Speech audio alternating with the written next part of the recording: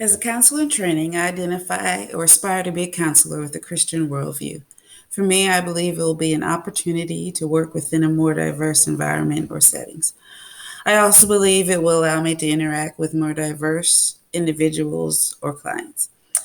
The Great Commission states that we are to go into Judea, which to me means my local community. So I believe that becoming a counselor with a Christian worldview will allow me to do so. Some of the issues that may come to light based on the role that I want to pursue is that I will need to ensure that I'm always in compliance with the ACA Code of Ethics by not implying my own beliefs, values, maybe even some of the decisions that I've personally made onto my clients. I also just can't pass my clients along or refer them to someone else when it's just based on our differences. It is about keeping my ego in check. Dr. Sahiba refers it to as the ego wants clients to make the right decision, which is based on my beliefs, but my desire should be to model Jesus and how he approached and interacted with others. I think this could go for any profession, but I know that I am a problem solver. I want to fix the problem. In the past, and sometimes it still happens, I have struggled with there not necessarily being a solution.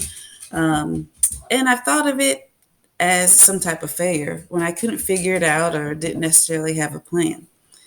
So another possible issue is that if I view myself as the ultimate problem solver or bearer of all solutions, I could easily become overwhelmed, discouraged, and possibly experience burnout.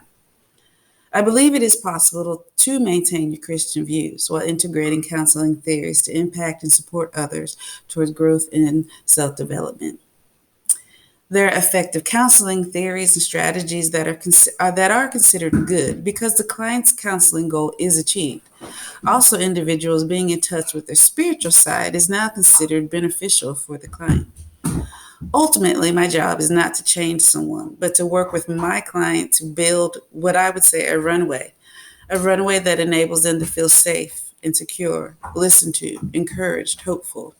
I will leave the actual flying part to the professional, which is God. The problem may come when I create the flight plan and designate departure and arrival time. And like I mentioned earlier, in wanting clients to make the right decision, which is based on my personal beliefs. The challenge, and not saying this in a negative sense of the word, but as a goal, is to constantly be in prayer to see people the way God sees them.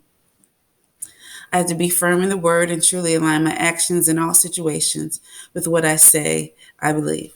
I have to be grounded so that when the Holy Spirit is speaking to me, I first hear it and then have the wisdom and discernment of how to respond. As a counselor with a Christian worldview, we are encouraged to use a skill called bracketing, which is when the counselor places their own values to the side in order to respect the client's right to make their own decisions.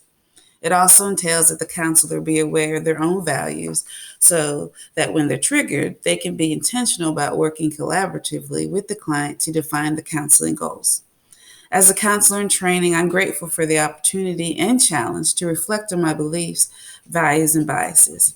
Understanding and implementing this skill will ensure me that I remain in compliance with the American Counseling Association Code of Ethics.